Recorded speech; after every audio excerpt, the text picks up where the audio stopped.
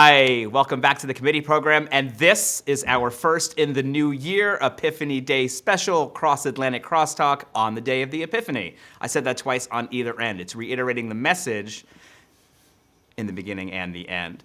With us, as always, is the show's own Deputy Director, Julia Doubleday.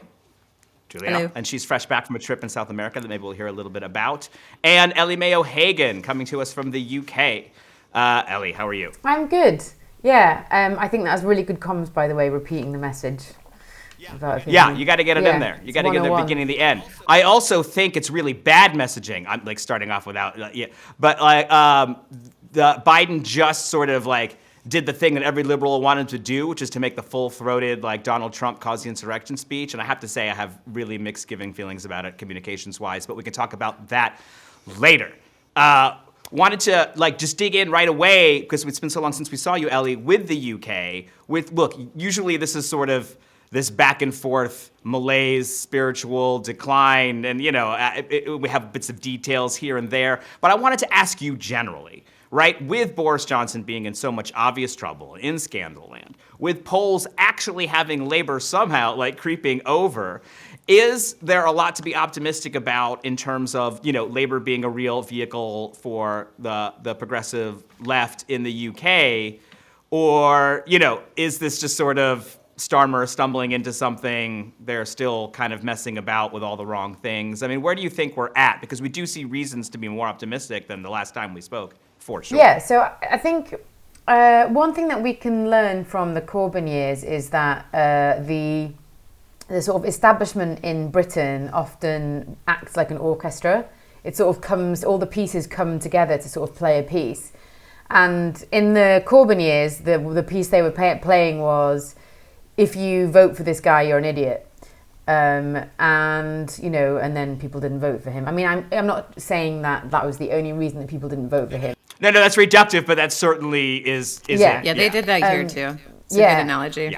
Yeah, and so what's interesting to me at the moment is that all this stuff has come out about Boris Johnson, about the number 10 Downing Street having Christmas parties when they shouldn't have been, about them giving contracts to their friends, government contracts to their friends, about his Downing Street flat being refurbished and him apparently being dishonest about it.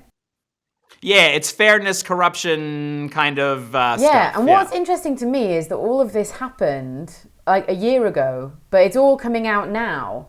And now someone who's been earmarked to replace him, Liz Truss, all of a sudden there are really bad stories about her coming out. So I think something somewhere has changed in terms of how favourable Boris Johnson is in terms of like being a member of the establishment. I think he was sort of previously seen by the Conservatives and by the media as untouchable. And now all of a sudden he's getting the Jeremy Corbyn treatment in the sense that, the way that you signal your sensibleness is you say that he's beyond the pale.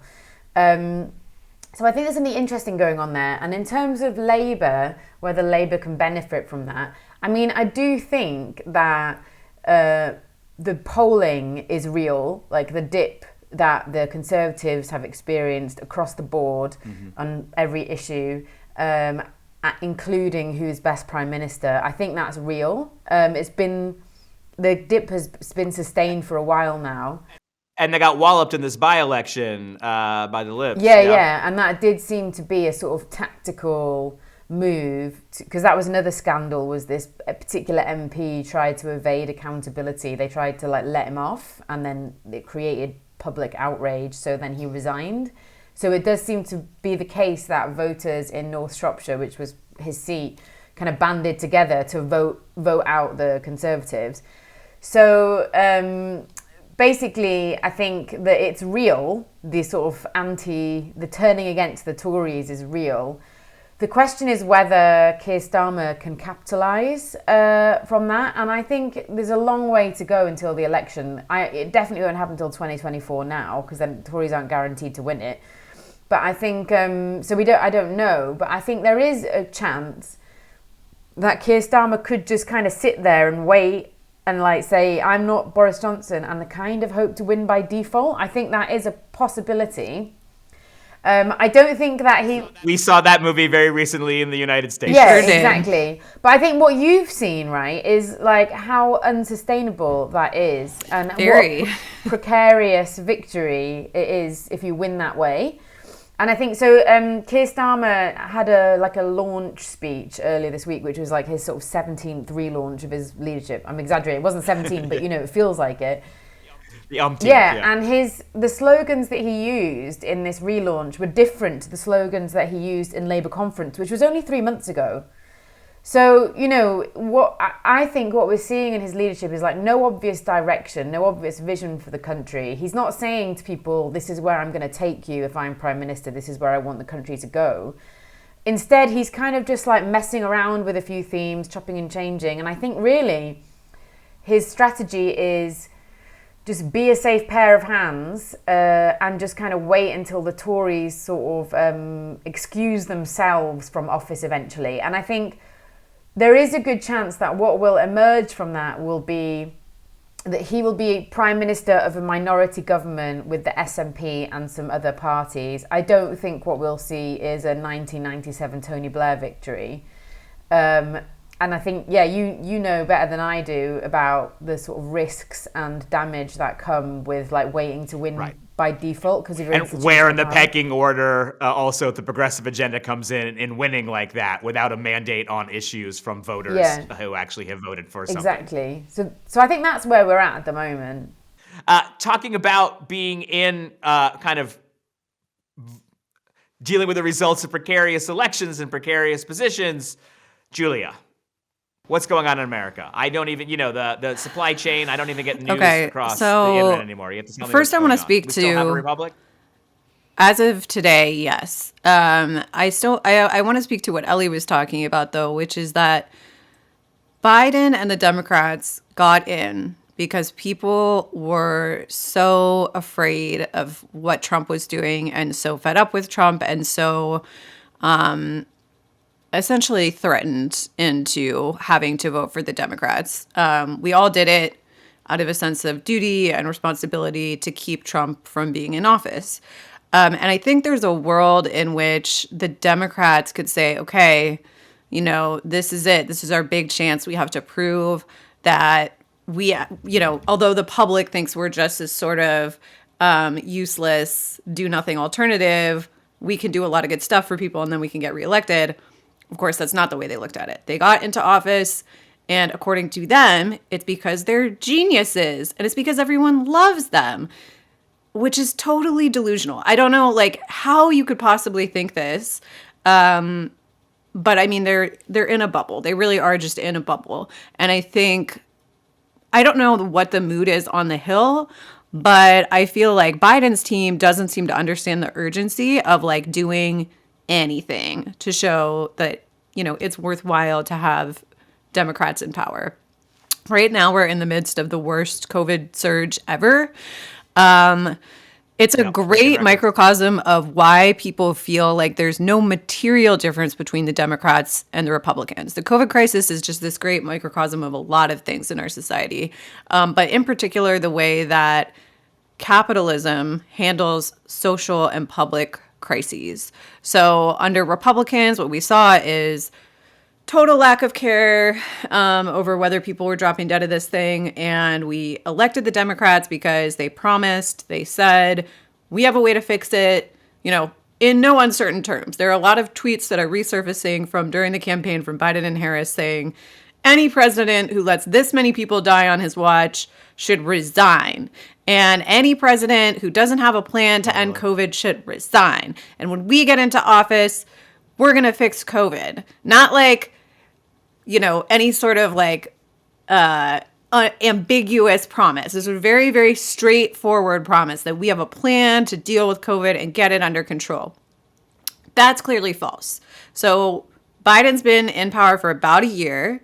We're almost up to 1 million dead at this point. I mean, I think we're around 850,000. I say almost because 900,000, 1 million, it's going to happen. So for me and for a lot of people, watching this sort of slow motion train wreck is just further evidence that under this system where you have to prioritize the economy above human lives, you just can't implement policy that is helpful to people. You can have different rhetoric. Biden has very different rhetoric from Trump. Biden is encouraging people to get vaccinated and wear masks, even though, let's be real, masks are sold out in a lot of places. People don't know that they need an N95. People don't know how to get a test now because tests are sold out in a lot of places.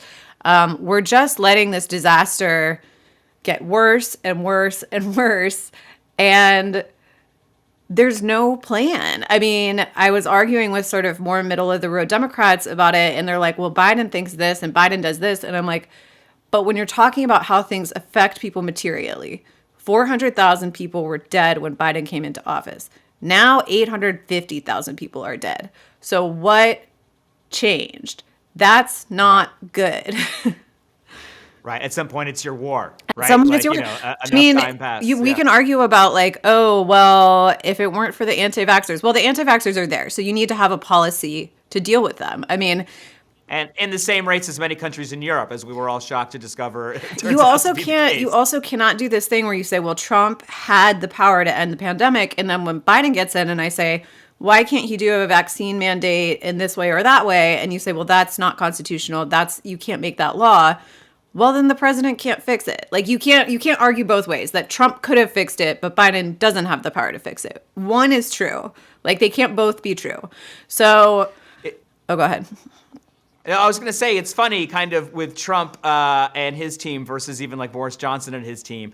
If Trump had still been in power, I feel like he has a bit of that sort of like populist energy. But like Ellie, I find in the communications coming out of, especially from the prime minister and stuff, there is what in America would be the quiet part loud, which is like, no, the economy kind of has to be going. We do prioritize this sometimes for these reasons.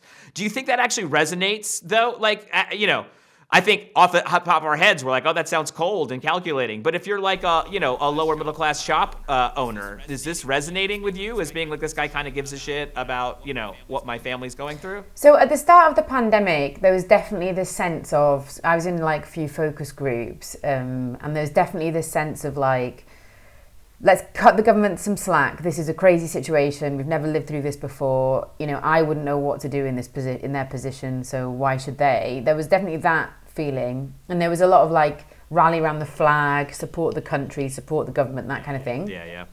And then since then, it's sort of gone. It's become like the public were always much more interested in lockdowns than the government. Always wanted to prioritize stopping COVID over the economy, and at different points, there's been like self-imposed lockdowns. So in the run-up to Christmas, loads of people just cancelled their plans. One restaurant near me lost every single booking for 2 weeks. There was no restrictions, but people just started doing that.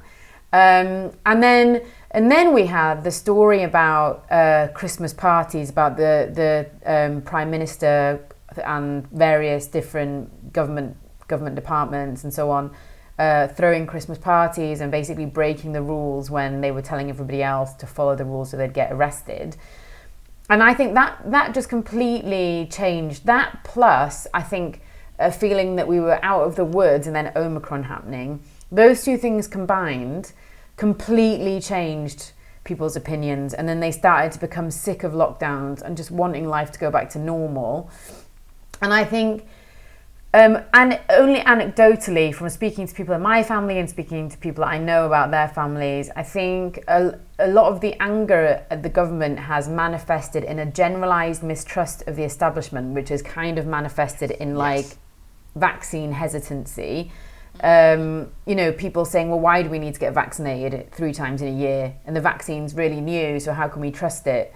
And I doesn't seem that great. Yeah, and I think what people, I'm feeling frustrated that they're being coerced into things. I think as well, if I can be like self-critical as well, I think another element of that is that the left.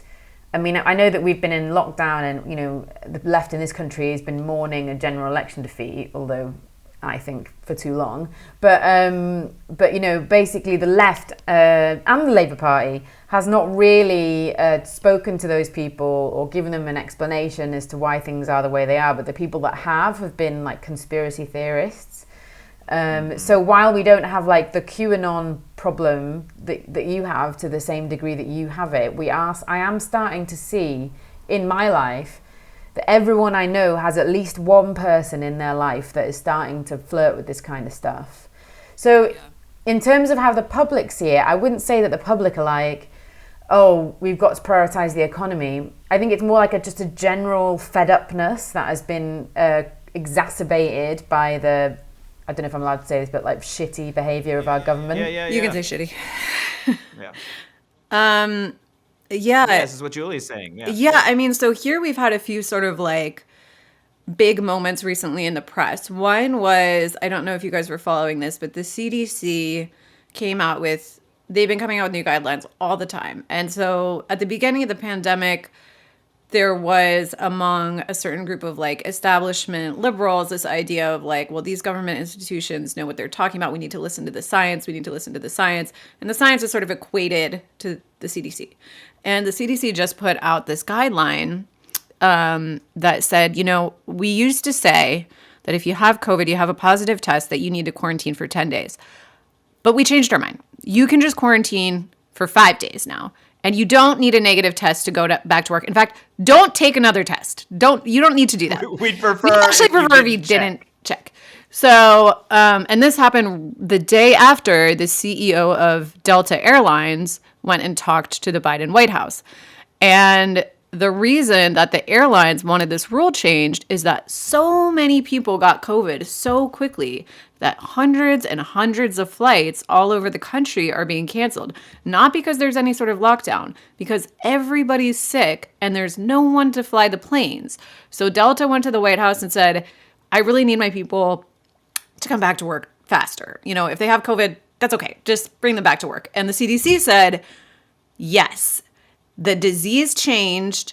It doesn't last as long now. Don't check on this, but go back to work. And this hasn't been the only rule change in the last couple of weeks where it's pretty clear that they're going to do anything to keep everything open, to keep that economy running. There's also been this thread of, dare I say it, misinformation that's happening in places like the New York Times and the Washington Post. So what we saw with Omicron is this really, really fast exponential growth, really like much faster than any other wave that we've seen. So in DC, I can use as an example because I was following the numbers every day. The 15th was the first day I think we got to around 300. The 16th, we got to 500 something, and our all pandemic record was around 500 people. So we broke our all pandemic record on that Thursday. On the 17th, we had over 800 cases. Over the following weekend, we had over 1,000 cases a day. Now we're at a point where we're having over 2,000 cases a day, although it has sort of stabilized more. The point that I'm making here is that when that really massive ramp up starts to happen all across the country, the New York Times and all of these other major media outlets were misleadingly, whether on purpose to carry water for Biden or accidentally because they still don't understand exponential growth 3 years into the pandemic, they were reporting that cases are going way, way up super fast, but hospitalizations aren't going up at all. And there's a very obvious explanation for this. It's that people don't go to the hospital the same day they get diagnosed. And when you have exponential growth and it's doubling every couple of days, you would need to look at the people who were diagnosed 12 days ago and compare that number to the hospitalizations. So is this purposeful? Is this not? It seems really weird to me to think that they don't understand that that's a delayed metric. The other thing that we're seeing is that this week, we're finally getting the wave of hospitalizations. So now, after weeks of them saying, Omicron's so mild, there's not even more hospitalizations, guys. Go back to work, go back to work. We're getting a massive, massive hospitalization wave that's just starting, and it's starting to overwhelm our hospitals. And the thing they keep saying now in the press is hospitalizations are up, but there aren't that many deaths. This is a second lagging metric. So are they this again on purpose because they want to help keep the economy open? Is it just a weird groupthink thing where that's what everyone else is saying? I'm honestly just totally confused at this point how they can keep putting this stuff in print. But I keep getting messages from the New York Times. Yesterday, I got one about how Omicron is milder, which, to be clear, based on all the evidence we have at this point, yes, it is milder.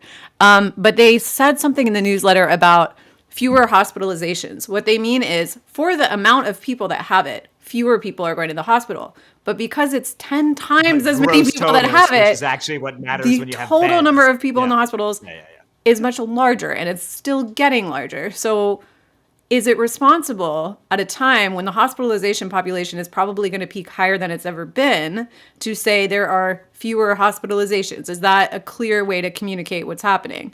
They also sent me a newsletter yesterday about this horrible, horrible thing that's happening. The worst crisis of the pandemic, as we all know, is that kids are having to go to class over Zoom. And right now, there's this massive push among the political punditry to make sure that the nation's kids go back to school in person, even though we've had 2 years. The filtration systems in these schools and the infrastructure in these schools has not been updated. It has not been made more safe for them. And in some places, it's insane. Like, and it looks like they're they're protecting themselves and their children. So, for example, Jen Psaki, the White House press secretary, there's a new rule that if you want to be in a room with Jen Psaki during her press conferences, they only allow, I can't remember if it's 12 or 19, some very small number of reporters into the room, and you have to be tested, and you have to have the N95 mask. That's the rule if you want to be around the press secretary who is triple vaccinated. Everyone else in the room is triple vaccinated. Then she gets up there and says, it's safe for your 8-year-old to go be in a room with 60 other 8-year-olds who probably aren't wearing their masks right, probably don't have N95s, yeah, they're kids. definitely aren't tested, may not be vaccinated. That's totally safe. So the imagery there is very damning. If that was actually safe, you would not mind having 60 people in the room with you, but you do. Lori Lightfoot, the mayor of Chicago, has been pushing really hard against our teachers' unions. So our teachers' unions, such as they are, have been like, look, we have demands if you want to reopen. The kids have to get tested. The kids have to have masks. Pretty, like, just reasonable fucking demands. Lori Lightfoot has been pushing back on everything and told the teachers, if you don't come into work, like on the 3rd of January during this massive surge, you're not getting paid. Like, end of story. Meanwhile, Lori Lightfoot's daughter is in private school, and her daughter is doing remote learning. Her daughter's school is remote. It's this hypocritical stuff that is the stuff that like the voters really see because it's really simple, where it's like rules for you, rules for me, rules for you, rules for me. And the other thing I think we have to talk about when it comes to the schooling thing is that the press all of a sudden is like, oh my God, like the learning loss. That's what we care about. It's not the economy. It's not that we want their parents to have to go to work. It's the learning loss. And it's like, if you motherfuckers cared about learning loss among poor kids, I have a fucking idea. Why don't you send every one of their parents $40,000? That's $2,000 a month for the last 2 years. I bet that education gap is going to be significantly narrowed by their parents getting a $40,000 check. Why don't we fucking do that if you care about learning loss? It's just like the sort of whole oil industry thing of like, we can't have clean energy because what about the jobs? It's like, if you guys could automate those jobs away tomorrow, you would. It's not about the jobs and it's not about the kids. Let's be fucking clear. It's about the economy. Yes. It always is. You know what it means when the heat kicks on in Julie's room. That means we're out of time. Wait, no, I have one more thing. That would be cool if we could read. Okay. Let me not make fun of Nate Silver for his tweet. Are you serious? Oh my gosh. Absolutely. Take us out with a Nate rant. Okay, so Nate Silver has been my worst enemy since around 2015, 2016. Let's make it more interesting. Since grade school. It's not true, but we're going to make it more interesting. Yeah. Or we might be the same age. I don't know. He looks like 20 years older than me, but... Being wrong ages you. Anyway, this man yesterday decided to tweet that the school closures where kids have to learn from home on Zoom are worse than the Iraq War. They're worse than the Iraq War. It is worse than killing 1 million Iraqis. for a kid to have to learn on Zoom. And he hasn't deleted it yet. I just want us all to sit with that for a moment.